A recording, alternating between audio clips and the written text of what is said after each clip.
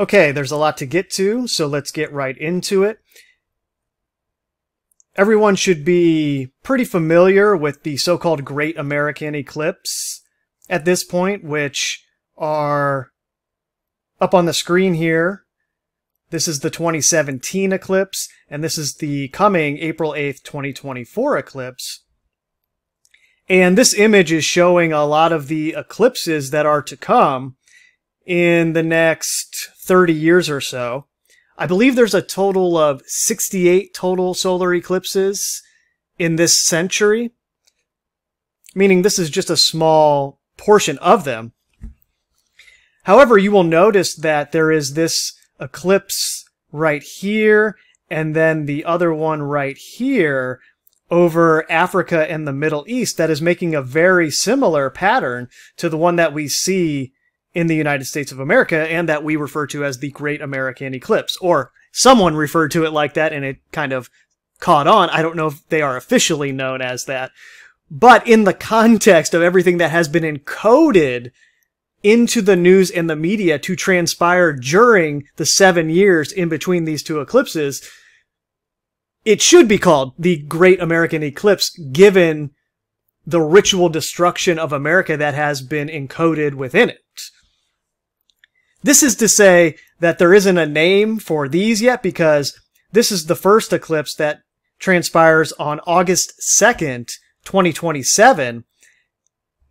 And then the second one 7 years later, mirroring the same pattern as these two eclipses, is on March 20th, 2034. Maybe somebody will come up with a name that suits what it represents, but for now it shall remain nameless. Maybe we could call it the Egyptian eclipse, or the Great Middle East eclipse, something along those lines. But that idea kind of really speaks to the difficulty that I will have going into these when I get to them. Meaning, I'm an American, I grew up in America, I speak the language that that country speaks, so I am very familiar with everything related to America, and it was very easy for me to see all of the programming layered on top of the news and the media and films as it relates to these eclipses. But obviously I don't speak any of the languages in Africa or the Middle East or Egypt or anywhere really that these eclipses will pass through. And I'm not familiar with the culture. I'm not familiar with a lot of the things that their news talks about and describes.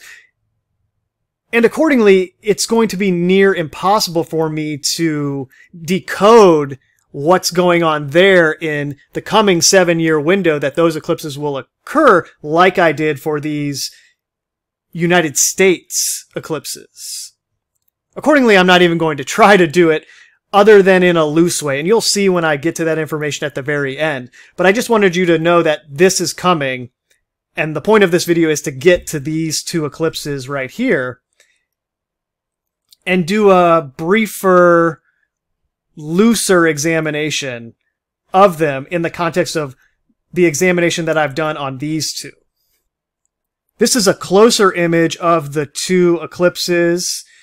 You can see that the August 2nd, 2027 eclipse passes directly through Egypt and goes all the way down out through the eastern tip of Africa. And then the one that comes back on March 20th, 2034 kind of comes up through northern Africa and then across the Middle East into Iran, and it ends up in China. And the place where it makes the X here is right on the border of Egypt and the Red Sea. But predominantly, it looks like it's in the middle of the Red Sea for the most part. Meaning, I don't know if there will be a similar Little Egypt connection like there was in the Great American Eclipse, where southern Illinois is known as Little Egypt, and you have all of these towns named after places in Egypt. But I don't think it's a stretch to go back to these two eclipses, understanding that the United States of America is a very young country, and the people who founded it would know about these eclipse cycles, know what was coming in the future in the context of their plan, and it might make sense for them to settle southern Illinois and give it that Little Egypt nickname and have all of this resonance to Egypt, knowing that the next two eclipses that make a similar pattern like this will be right next to the actual country of Egypt itself. So right away we have this connection to the Great American Eclipse and these 2027, 2034 eclipses in the Middle East. But before going deeper into this, I have a bunch of notes that I want to get into. Going into a little bit deeper of detail on some concepts that I've covered in the past based on new information that I found. And then as we do that, we will get further into the 2027, 2034 eclipses in Egypt. But first, the precise midpoint of the 2017-2024 Great American Eclipse was December 14th, 2020. And, as we know, on December 14th, 2020, there was an actual total solar eclipse. And a bunch of things happened on December 14th. We had Operation Warp Speed culminating in the first mRNA injection given outside of trials to Sandra Lindsay. And this, of course, was the same day as Sandy Hook in 2012, which kind of gets at the idea of a ritual sacrifice in the context of when this injection was given. But more broadly, in general, because Operation Warp Speed was associated with Donald Trump, and he was a Moonchild Eclipse baby, his energy amplified the subconscious reach of them giving this shot on this day during a total solar eclipse. And incidentally, the etymology of Sandra can loosely be traced back to the idea of being some kind of protector of man. In other words, they encoded that idea into the ritual through the name in multiple ways. Sandra, protector of man, the subconscious idea being pushed out there into the collective mind that these shots will protect you from the coronavirus. At the same time that it's on the same day as the Sandy Hook event in 2012, all of which is being amplified by the context of the solar eclipses that are taking place. Both the one that took place on December 14th and then how those related to Donald Trump, Operation Warp Speed, and his relationship to the 2017 total solar eclipse and the 2024 total solar eclipse. The rituals surrounding the Great American Eclipse further intensified the effectiveness of this mini ritual involving the mRNA vaccine on December 14th, 2020. Along those lines, the Washington Post wrote, and I quote, "The small dose of mRNA represented a giant leap in efforts to beat back the virus, a moonshot worth of hope amid a pandemic that has infected more than 16 million and killed more than 300,000 nationwide." Look at the words that were used there. A giant leap in the terms of quantum leap and quantum jumping and how that related to Donald Trump and the program Operation Warp Speed. Donald Trump, the twin Gemini man, invisible dark matter, invisible dark towers, invisible 9/11 injected into the actual political system to destroy it, and later the country itself through the movement that he helped create that is labeled as domestic terrorism. Very curious that they used the term giant leap there in that context, right? It was the quantum leap that is associated with Donald Trump, sending our consciousness into a different space. And this is a mini version of that ritual, sending our collective consciousness into a different space as it relates to our perception of what these injections were. And they were doing that on December 14, 2020 in the context of the COVID pandemic, in the same way that they're doing it in the larger context of the 2017 and 2024 eclipses as it relates to the ritual destruction of America. But for good measure, they throw in a moonshot worth of hope in the context of it being on a total solar eclipse and Donald Trump, Operation Warp Speed, the lunar eclipse baby.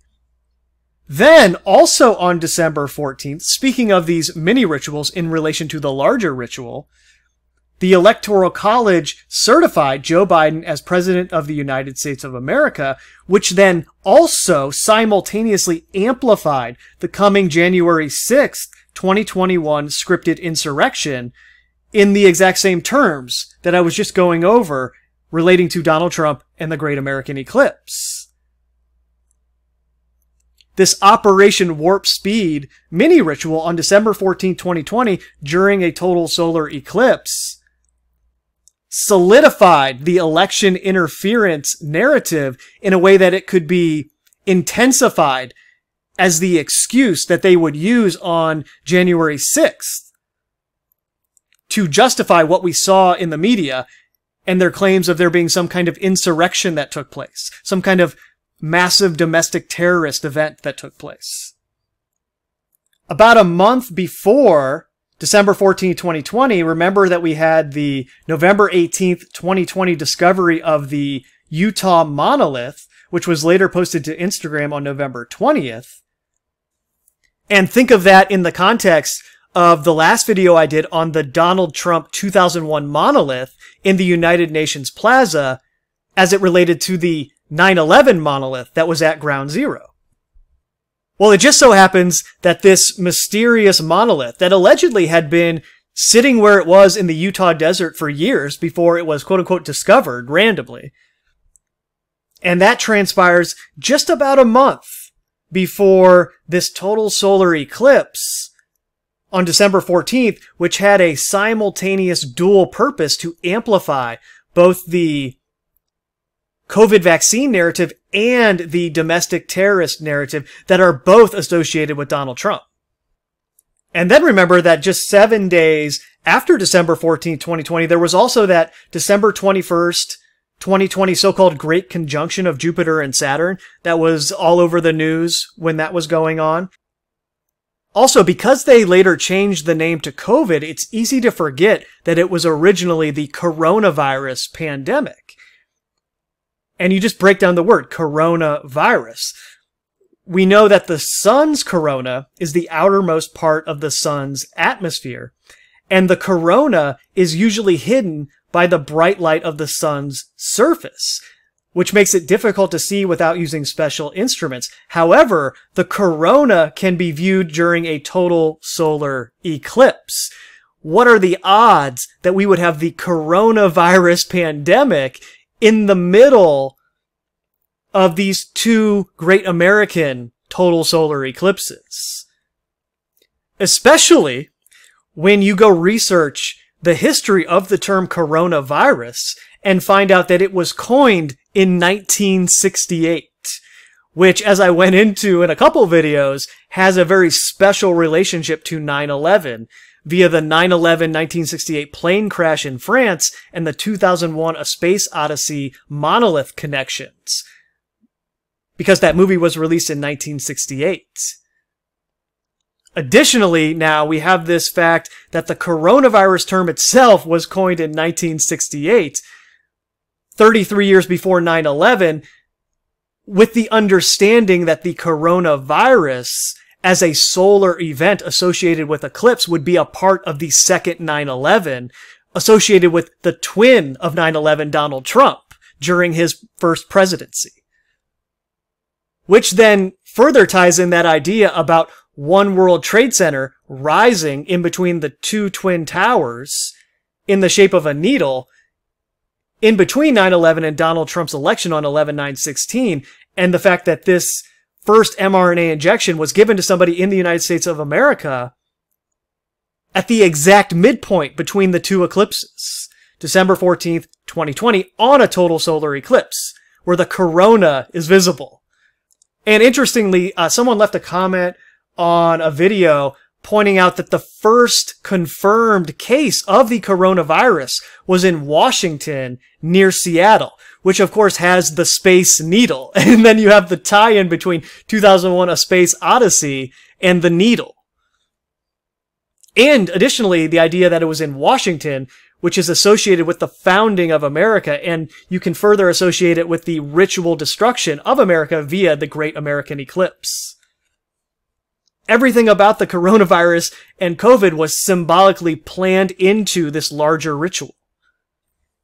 And then I was just kind of spitballing a little bit with coronavirus, thinking how, well, it has solar resonance with dark matter then, in terms of a hidden symbolic cosmic subconscious virus that controls our minds, which is kind of how you could describe this layer that is embedded into all of the news, media, films, events that we see that are presented to us. It's embedded with a layer of programming that we are not consciously perceiving until we become aware that it's there. In that way, it's a subconscious virus. A coronavirus. The corona is usually made invisible by the light of the sun. It's only during eclipses that you can see it. And it's ironic that because of these eclipses and everything that they layered into it, symbolically, now we can see the corona in a more clear way. People have always been able to see this kind of thing, but it's becoming way more clear now. And a virus can't hurt you if your body stops letting it give it instructions. And in this way, we overcome the subconscious virus that is controlling our collective minds. Now, this is information that everyone is aware of at this point, but I need to get into it to set up the 2027, 2034 stuff. So remember that the 2017-2024 Great American Eclipse path of totality crosses in southern Illinois, or quote-unquote Little Egypt. And in Little Egypt, you have Maconda, Illinois, which in the early 20th century used the slogan Star of Egypt. It is located in Carbondale and is known as the gateway, quote-unquote, to Giant City State Park. Remembering that this area has a lot of giant resonance as it relates to Cahokia and the mound builders and the star maps that they aligned with their mounds in certain places. And in that connection, Little Egypt also has towns named Cairo, Thebes, and Karnak. Just a little bit down the Mississippi River, we have Memphis, Tennessee as well. Additionally, Southern Illinois University has a mascot known as the Saluki, and the Saluki is the royal dog of Egypt. The Little Egypt area code is 618, resonating with what is referred to as the golden ratio. And indeed, the Egyptian Great Pyramid at Giza has something extremely close to the golden ratio encoded into it if you take the ratio of the slant height of the pyramid to half the base dimension. You get 1.61804, and I believe the golden ratio is 1.61803. So it's very, very close. Now check this out. The first USA Civil War began in 1861. 1861 is 1.618 rearranged, right? And the Confederate battle flag was an X. This is the Confederate battle flag from the first American Civil War. You have this giant X. Just think about what I said here. In the context of the Great American Eclipse and the fact that they cross each other here in Southern Illinois, Little Egypt, Carbondale, which has the area code 618, resonating with the golden ratio. at the same time that this eclipse has been infused with all of this Donald Trump, MAGA, domestic terrorist, Civil War energy, second Civil War energy, right? At the same time that that is going on, the original Civil War was in 1861, and the Confederate battle flag, which eventually lost the war, was this X. Kind of getting at that idea that America is going to lose the Second War to the X, or to the planning that they have put into all of this during this 7-year window. Donald Trump is the twin of 9/11, so I ask the question, will MAGA domestic terrorists bring about the twin, quote-unquote, of the Civil War via 618 Great American Eclipse? Noting that the Civil War film will be released April 12th, 2024, 4 days after the April 8th eclipse. And along those lines, Donald Trump just had a quote that the media went crazy over. Let's see if I can find it.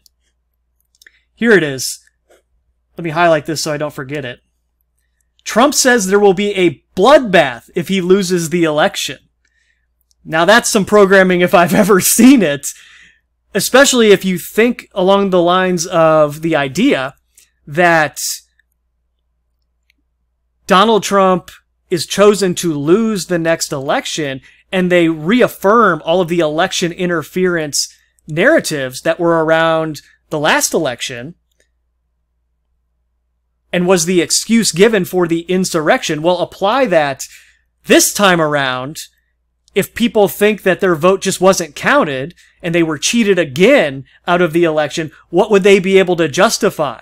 As things have become much worse in everyone's mind, and there's a lot more anxiety in there because of how the economy is putting the pressure on everyone, and just everything else that they're doing with the migrant crisis, and just everything coalescing together later this year. You have Trump saying there will be a bloodbath if he loses the election. He's talking about the economy, but what he said gave them the excuse to put this as a headline for everyone to absorb into their subconscious mind, so that it can later be pulled out if there is bloodshed in relationship to the next election. Again, he was referring to China and the manufacturing economic issues. But no accident in relationship to everything that we're going into here that this headline comes out when it does. I thought this was really interesting too, that Barack Obama's signature can be viewed as the phi symbol. And I have a picture of that up here. This is from the Greek alphabet. This is the phi symbol. And if you go look at his signature, you'll see that he signs the O in a way that looks just like the phi symbol.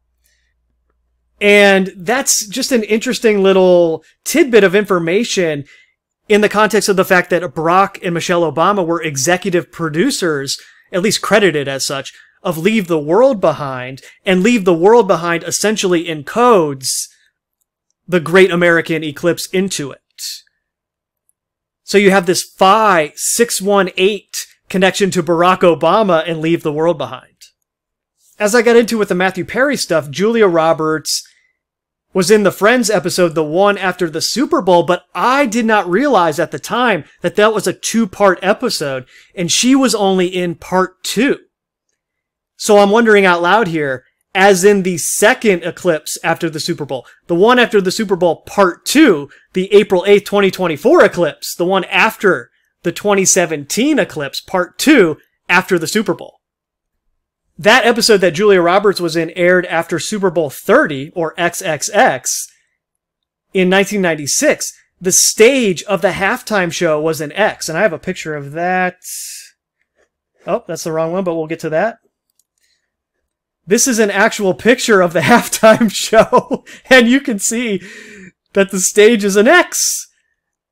And of course, in the context of Super Bowl 30 and XXX, they would probably say that that is why the stage was set up in that way, but it's one of those things, you can either see it or you don't. You can't really prove it. It's just a giant X at the middle of this halftime show in the context of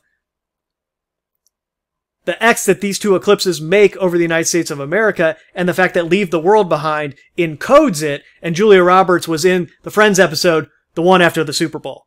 And this was the Super Bowl that it was after. This is Diana Ross, who did the halftime show. You can see the 30 up here. And it was just interesting to me that the helicopter they kind of staged her coming down from was 92011. So there's a 911 in the helicopter. Remember, this is 1996. Well before September 11, 2001. And helicopter blades are an X as well. So there's just all kinds of interesting symbolism going on here.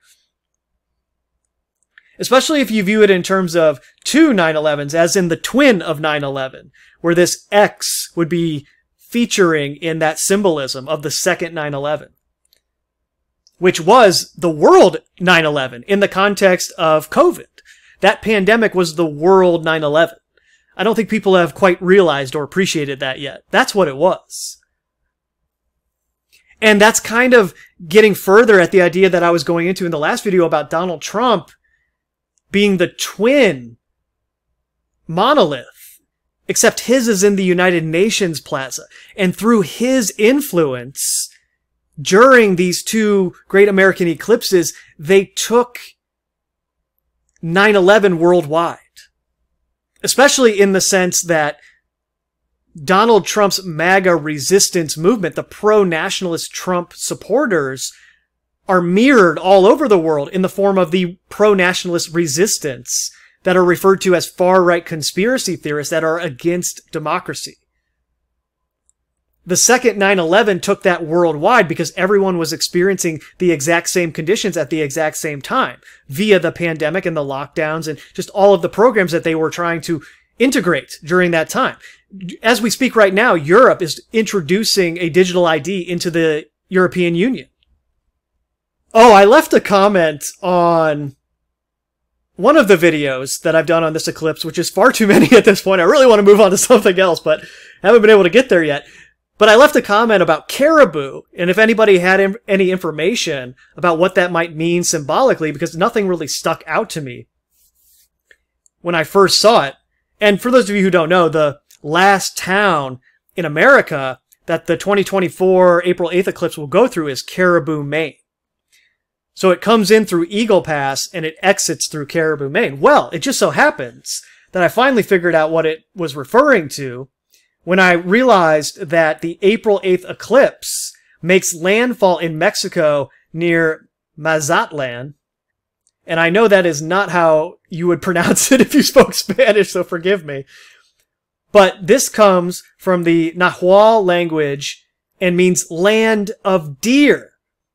Then proceeds to enter the USA through Eagle Pass and exits via Caribou, Maine. And caribou are a species of deer. So it enters in a town that means land of deer, and it exits in a town that also is referring to a species of deer.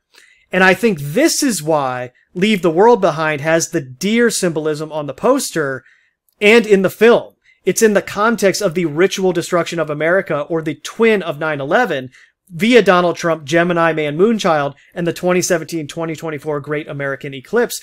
And Donald Trump in relationship to what they are using the MAGA movement to create all around the world, Operation Warp Speed, is the twin of that 9/11. It's the world's 9/11, the quantum jump into a new collective consciousness that believes a whole different set of ideas and has a completely different perception of the world around it and what the future holds. Well, then there was this Osiris Rex allegedly launched into space that landed on the asteroid Bennu and returned later to drop off a capsule of what it collected. And it dropped the capsule to a Utah DoD site on September 24th, 2023. entering Earth's atmosphere at 8:40 a.m. or 4:08. So you have all kinds of stuff going on here with this Osiris-Rex thing. Obviously, every name has Egyptian resonance, going back to Little Egypt and the 618. And then the time that it entered the atmosphere was 4:08, the date of the 2024 eclipse. And the Bennu bird was the mythological phoenix of Egypt, which has the Eagle Pass resonance to it as well. And it was associated with the rising of the Nile, resurrection, and the sun in terms of official history. And they say that Bennu was chosen as the target of the study because it is a quote-unquote time capsule from the birth of the solar system. And if you go to articles about this, this is from space.com. NASA's OSIRIS Apex asteroid probe wakes up after surviving close pass by the sun. The probe performed as predicted during the first of 7 close approaches to the sun on its way to Apophis, NASA said. And I'll get into the second mission that it's on here. But look at the image that they showed here. They have it literally eclipsing the sun. So they associate in this article this probe that they sent into space eclipsing the sun in relationship to everything else that the Great American Eclipse has with Egypt via Little Egypt. And then they're naming everything in terms of Egypt as well.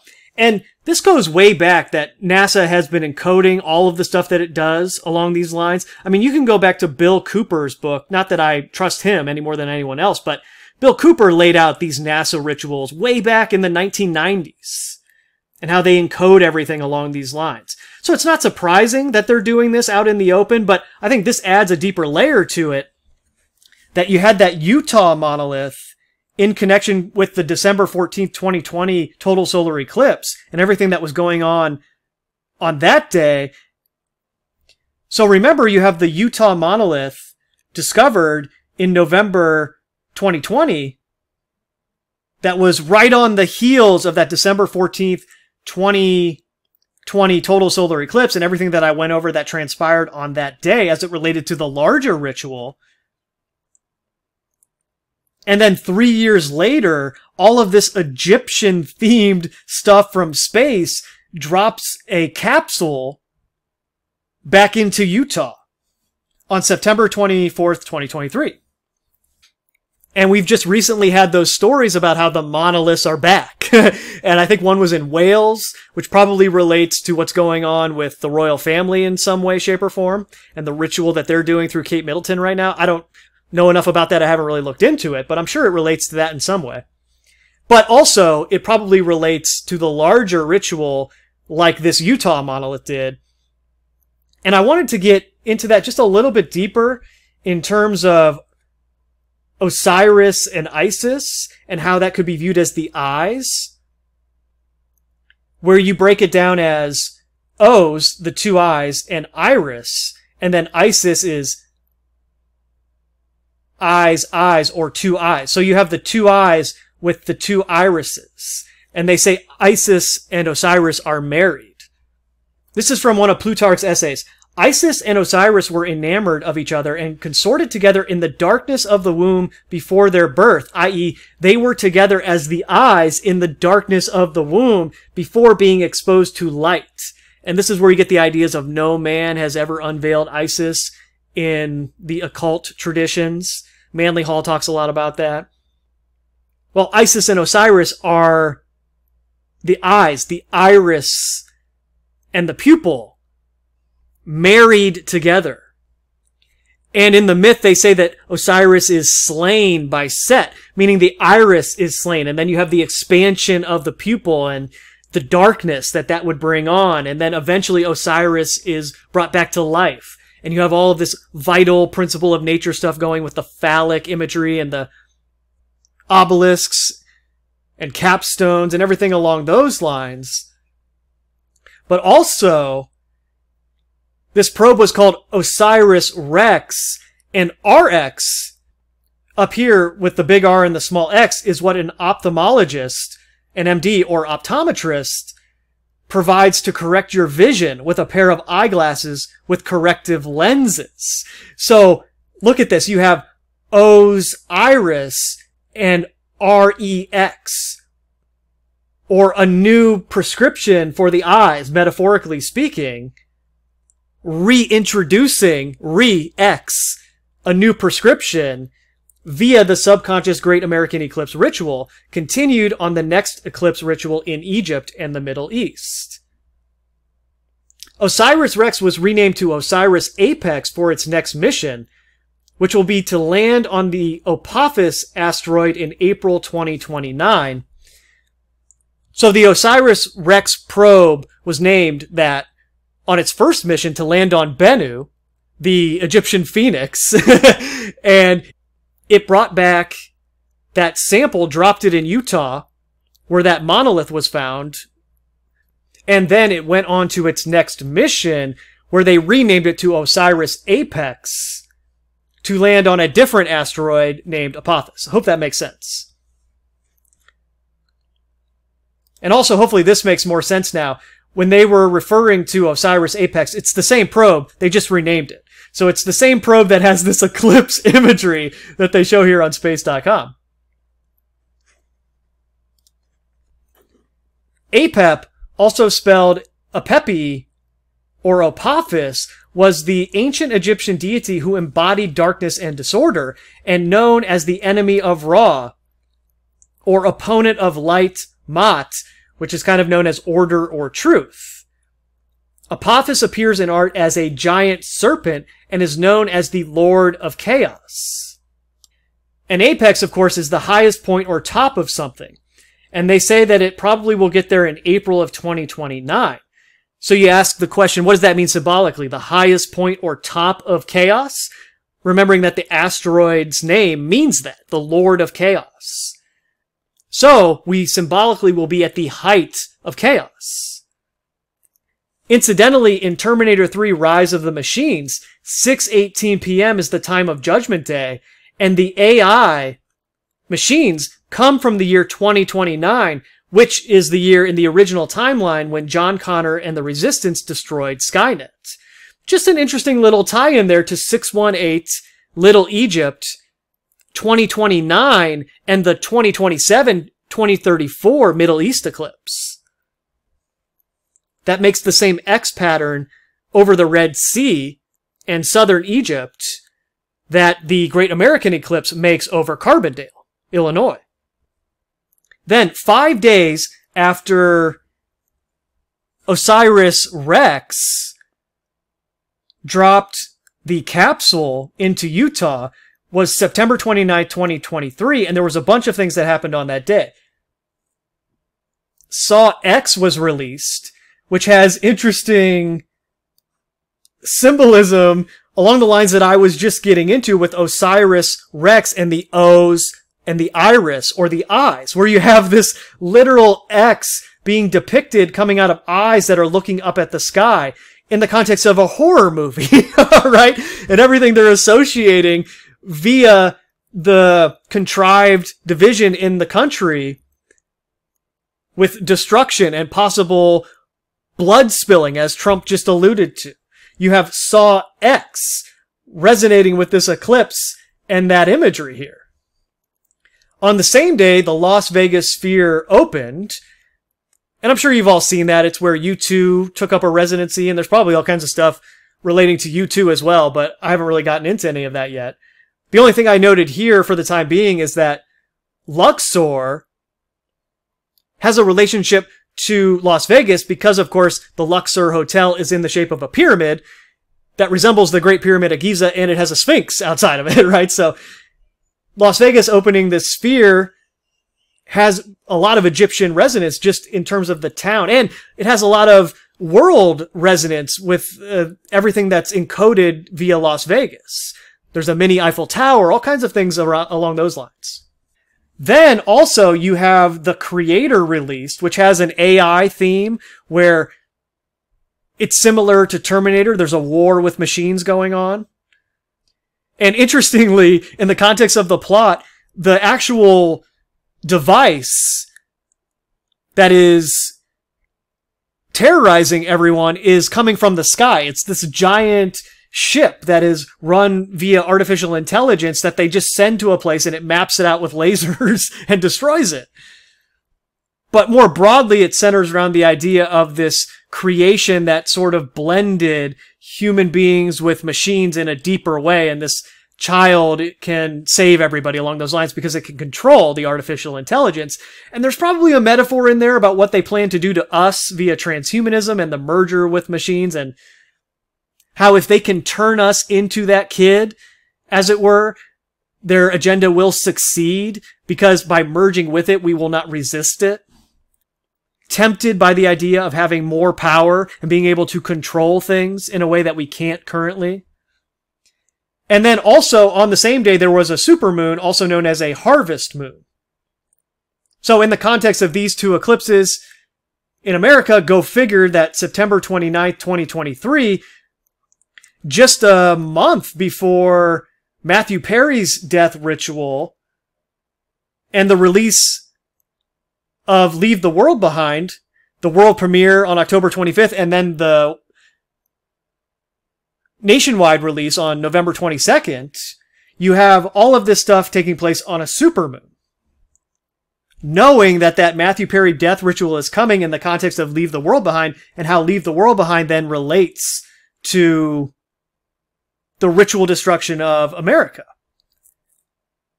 Depicted as a cyber attack in that film in particular, but who knows if that is actually what will take place. It could be more symbolic along the lines of an empire declining in the way that Rome did. But I just realized that I'd never showed the Leave the World Behind poster in the context of the deer information, right? So you have the 2024 eclipse on April 8th making landfall in a town in Mexico that literally means land of deer. It exits America through Caribou, Maine, which is a deer as well. And you have this deer sitting here on this poster in the context of Leave the World Behind, and these Teslas that kind of represent AI and how the cyber attack hijacks it to destroy the country. And also, at the same time, you have The Economist in this window right after September 29th in the context of Matthew Perry's death ritual and Leave the World Behind. The Economist put Donald Trump on the cover of their magazine, eclipsing the Earth, and wrote that no one has eclipsed the narrative like Donald Trump eclipses 2024. And for those of you who are wondering, I forgot to get into these pictures. This is the mission logo of OSIRIS-REx, and you can see this is evoking the Bennu bird, the phoenix bird that landed on the Bennu asteroid in a literal triangle. And then this is the picture that Wikipedia had up for Apophis, who is usually represented as a serpent, and you can see the 88 here in the way that they presented the image, which can also be viewed as the paths that the planets make during these eclipses. Okay, so speaking of the Las Vegas sphere, we have the obvious connection to go to, which is the movie Sphere that was released in 1998. And that plot reveals that hundreds of years in the future, the ship encountered a black hole, which apparently led to a crash landing in the ocean back in the 1700s. So people from present day, in terms of the film, dive down into the ocean to find this ship, which just so happened to have come from the future. And it encountered a black hole, ended up back in time. When the people entered the sphere, they gained the ability to make everything they imagine a reality, including their fears. And I think this is very symbolic of what the subconscious quote-unquote coronavirus does to us via the news and media, where you have the idea of it bleeds, it leads. How everything in the media is designed to bring out our greatest fears, and then we manifest them based on what we are presented, because we never get any kind of positive news. You get into decoding symbolism along these lines, the layers of it, and the programming. And it's never good news because you're always decoding what they do through it. And that always involves ritual sacrifices against us, bloodshed. In other words, I hope you see the danger in focusing on this stuff too much. If you spend your entire life focusing on this, yes, sure, you need to do that to help people to be able to see. But if you devote your entire life to it, you are consumed by it in the same way that someone who watches the local news every night on their TV is consumed by it. You're just decoding the news in a different way, but you're still consuming the news and the movies and everything that they put in that stuff, the music. I mean, people actually listen to this popular music to decode it. You're out of your minds. I mean, I can't even imagine what that's doing to your brain and body in general, just the way that you're feeling. In that respect, we're kind of passing the baton to each other because no one can do this forever. At some point, we all have to make the decision to step back so it does not consume us. And hopefully, by that time, someone else is ready to pick up the baton and do this kind of analysis to help people who are new see. Sphere has a very deep meaning in that context. That's a deep movie with a deep concept. I suppose it's not an accident that it happens deep in the ocean, right? But seriously, it's a deep concept that is really true, that you have the ability to manifest your imagination. And that ability is sort of hijacked via what that which is in control of this world puts into it through all forms of media. And remember, that's going back to books, too.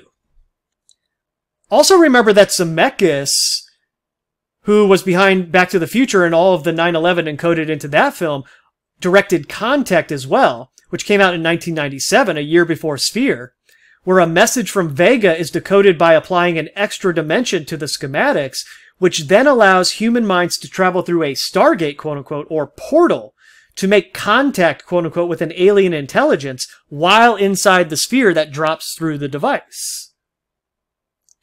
Also note that the Star Child at the end of 2001: A Space Odyssey is in a blue sphere of light. Clearly, they are associating spheres in this way with quantum jumps or quantum leaps. Quantum contact, if you want to view it in that sense. Speaking of Leave the World Behind, Ethan Hawke is the other star of that film, and he is also in the Marvel series Moon Knight, which features Khonsu, who is a moon god that literally causes an eclipse and rewinds the sky at some point in the plot of the show. And that kind of ties in Leave the World Behind further via the 618 Little Egypt and then the 2027-2034 eclipses that similarly cross right at the border of Egypt and the Red Sea. Incidentally, the August 2nd, 2027 total solar eclipse makes landfall through the Strait of Gibraltar or the Pillars of Hercules. This is a very symbolic Stargate or portal resonance in the context of the sun-moon spheres entering through this gate. Plato famously referred to finding Atlantis in the context of leaving through the Pillars of Hercules gate. Also, Stargate has heavy pyramid... Oh, I wrote pyramid. You can see where my head was at when I was writing all this. It should say pyramid. So let me read that again. Also, Stargate 1994 has heavy pyramid Egypt resonance, and of course the TV series is then titled Stargate Atlantis, where they allegedly find the lost city of Atlantis as a part of the plot. For those of you who don't know, this is the Strait of Gibraltar or the Pillars of Hercules. It's the entrance into the Mediterranean Sea that separates Spain from northern Africa. And as you can see, the path of totality goes right through the Strait of Gibraltar, which is just incredible. And I think that's the biggest thing that tells me we should be paying attention to these two eclipses in the same way that we were paying attention to the Great American eclipses. That is very symbolic stuff right there. And just because I was getting into the eyes and the iris with Osiris and Isis, I wanted to make a brief note about Atlantis in the context of Plato, who described Atlantis in a way where people draw it looking like this. And obviously this has some Saturnian resonance, but also I hope you can see how it looks like an eye as well. Meaning, it's fair to wonder how much of Plato and his writings are literal when it's discussing things like Atlantis, and how much of it is coded, describing something symbolic and maybe even cosmic as it relates to Atlantis. And incidentally, America is known as the New Atlantis, which is being destroyed in the same way that the old Atlantis was destroyed. Okay, now, I have probably the craziest part of this whole thing coming up right here, which is this Great Reset Time magazine picture, and I gotta bring it up so you see what I mean. A lot going on here. We have all of the resonance to time travel, quantum leap, quantum jump, Back to the Future, Donnie Darko, through Donald Trump and his relationship to these great American eclipses. We have the relationship of time travel to 9/11 through Back to the Future. We have Operation Warp Speed in the context of Donald Trump and the second 9/11 that took place in the middle of these two great American eclipses. And then you have this magazine that goes by the name Time with the Great Reset above it, in light of ideas that people have posted in the comments section along the lines of their embedded subconscious programming trying to get at some kind of great reset of time or some kind of temporal event that's taking place here. And in that context, I hope you see that you have planet Earth being put back together in the context of the Great Reset, as made famous by Klaus Schwab in the World Economic Forum. And you have the last piece being put together here showing the Strait of Gibraltar and the path that the August 2nd, 2027 eclipse will take through here down into Egypt and the Red Sea. What are the odds that this is the missing piece that hasn't been put in yet as it relates to the Great Reset and time? Which then relates right back into all of the resonance that the 9/11 stuff has to time and quantum leaping, quantum jumping, parallel realities, parallel timelines, consciousness transfer into different dimensions. Any way you want to perceive it, it has this resonance to it. Via the monolith at ground zero of 9/11/2001 and the monolith that is Donald Trump in the United Nations Plaza. The twin symmetry of those two events.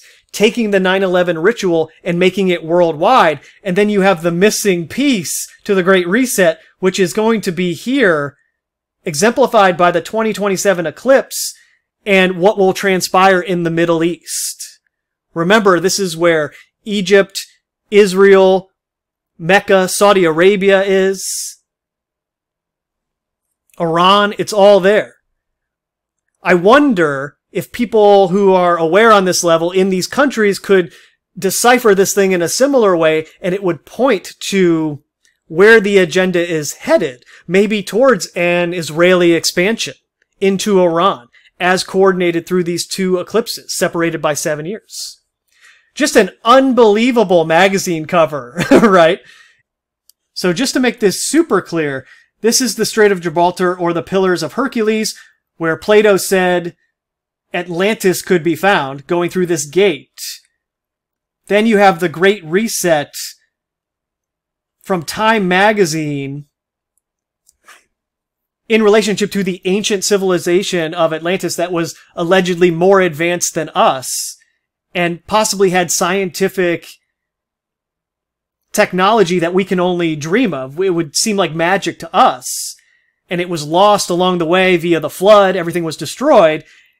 And in that sense, maybe it's like a time loop of sorts where all of this programming is getting us primed for the idea that there is a great reset in time via what will transpire in between 2027 and 2034. And that probably relates to artificial intelligence in some way, shape, or form. And the impact that that will have on us, both in terms of what it will do to society, probably changing it in ways that we can't even imagine, and then also, if they get their wish, us merging with that technology and becoming something different than human altogether. The missing piece to that is the Strait of Gibraltar down here, where this total solar eclipse will have the path of totality going directly through it, which then very much relates to the idea of the new Atlantis and the second 9/11, destroying the American empire and using all the wealth that was acquired in America and using it as the military arm of the world system to establish order all across the globe. And in that way, the second 9/11 via Donald Trump was the destruction of the nation state that is America, and then the spreading of everything in an equal way across the globe as the global new Atlantis, which, as Plato said, is found by going through this gate. And in that way, it's the Trump monolith in the United Nations Plaza, symbolically, via everything they associated with him. This is the quantum leap into a different state of perception and a different existence entirely that has resonance with potentially what transpired in very ancient times on this planet, where we're going back into the direction from where it began. And along those lines, I just had a brief note here about Quetzalcoatl and the Brotherhood of the Snake, because it's hard to talk about Atlantis without getting into the Brotherhood of the Snake and the Phoenicians and the Sea People, who most likely colonized the world after the flood when it was destroyed. And it's just interesting because Quetzalcoatl is associated with eclipses, and there is said to be one that was caused by Quetzalcoatl's birth, believed to be the 5th eclipse that ever happened. Because the feathered serpent himself was the one responsible for the eclipse, he is often referred to as the 5th sun, possibly a reference to the 5th element, the unseen, illusionary, hidden dark matter, the subconscious sorcery. Remembering that Quetzalcoatl could be a cipher for the Brotherhood of the Snake, where the Quetzal refers to the Quetzal bird and its feathers, which resemble a Phoenician ship, where coatl means serpent and twin. So you have the twin Quetzal bird feathers as boat oars, that should say. And I got into that in an old blog post where you have the Phoenician boat evoking this imagery of a plumed serpent, and then you have the Quetzal bird with its wings that really look like the boat oars, and then its head really looks like the head of these ships. And it has a really long tail, too, that evokes the back of the ship as well. So it's this idea that Quetzalcoatl was just a way that they described the people who came and colonized the world and gave it all of the advanced mathematics and the understanding of celestial cycles and eclipses, which is why the birth of Quetzalcoatl, as it were, caused an eclipse, because it's referring to these entities that recolonized the world. And we see the machinations of these entities now in the form of the subconscious sorcery that is embedded into all of the media, however you want to describe that, news, films, events, whatever. Everything you see on a screen, for all intents and purposes. In other words, a metaphor for that which is in control here is sailing out past the pillars of Hercules to create the new Atlantis, quote unquote, using its knowledge of the stars to spread both the subconscious coronavirus and the language alphabet sigil virus. That's just speculation from me, not saying that's what it is. This, in particular, is the path of totality for the August 2nd, 2027 eclipse. And you can see here that it goes directly through Luxor. where the longest duration also is just a little bit southeast of the town of Luxor. And then, as I said, you have Saudi Arabia over here, the Red Sea, Israel, Jerusalem, Cairo, and everything that's associated with the Nile. In addition to everything that I was just going into about the Brotherhood of the Snake, the Phoenicians, the Sea People, you have this very ancient history that this eclipse is traversing in both directions. The August 2nd, 2027 eclipse will pass directly over Luxor, Egypt, which is ancient Thebes, as well as Mecca, Saudi Arabia. Then the Horn of Africa, where scientists claim humanity originated because it's the location of the earliest known modern human fossils, finishing in the southern Maldives.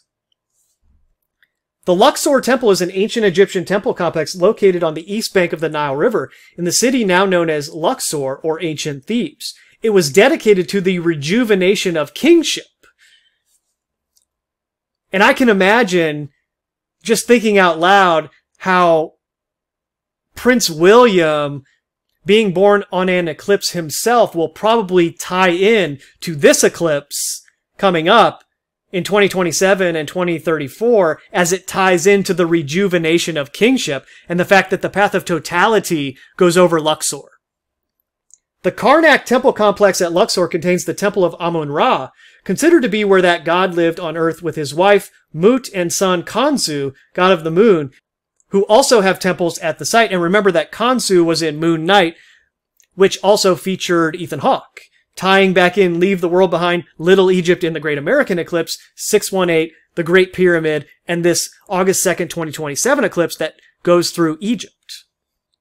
Now, as I noted before, these two eclipses cross each other and make the X right down here in southern Egypt. You can see part of it is in southern Egypt, and then the other part of it is in the Red Sea.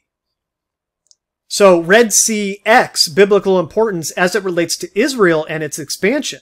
When the Israelites reached the Red Sea, Moses stretched out his hand and the waters divided, allowing his followers safe passage. The Egyptians followed them, but God again commanded Moses to stretch out his hand, and the sea engulfed the army. This story is recounted in the Old Testament.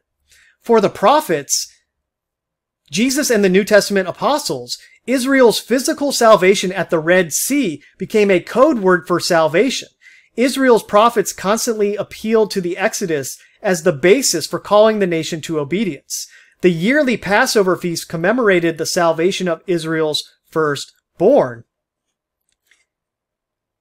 So there's a lot of that stuff going on in a biblical context from the fact that these two eclipses cross mostly in the Red Sea. I couldn't find a map yet that goes into the details of the towns on the border of Egypt and the Red Sea, where you could really kind of pinpoint something along those lines. So there's probably something there if you want to look into that. But I should read this up above here, where they say, these two eclipses likely mark X, the southern border of the land promised to Abraham. I'm giving this land to your descendants from the river of Egypt to the great Euphrates River. This is from Genesis. It depends on where along the Nile River God meant. The 2027 eclipse passes over a very long stretch of the Nile, and the 2034 eclipse reaches to where the Euphrates empties into the Persian Gulf. The full X formed by the entirety of both eclipses are symmetrical.